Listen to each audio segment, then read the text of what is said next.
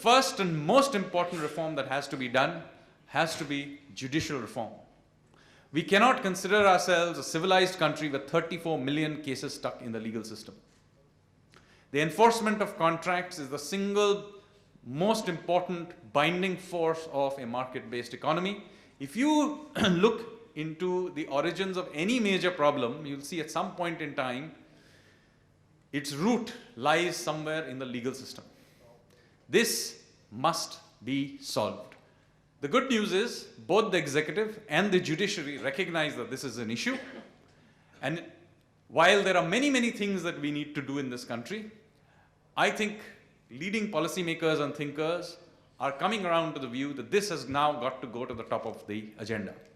If you had asked me a decade ago, what were the major problems in India, very often I would have told you, we need to fix infrastructure, right? Everybody said, look, fix infrastructure. The good news is, last 10 years, actually, our intra-city infrastructure is still bad, but the connectivity across the country has dramatically improved. Our airports are world-class. We have introduced 35 new airports, just operationalized them just in the last 24 months. The train systems are getting upgraded, as you may yourself, those of you who use train systems will know that. Metro systems are being created across the country. Telecommunication systems, of course, the private sector, not the government, but there also dramatic improvements have happened. And even the highways, while not all of it may be perfect, but at least large parts of it are now world-class. And even the bits that are not are on the way to becoming one. This is a problem we know how to solve.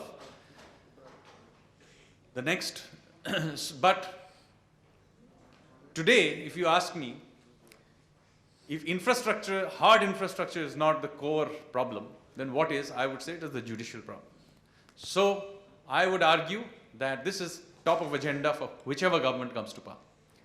The second major thing that needs to be solved is administrative reforms.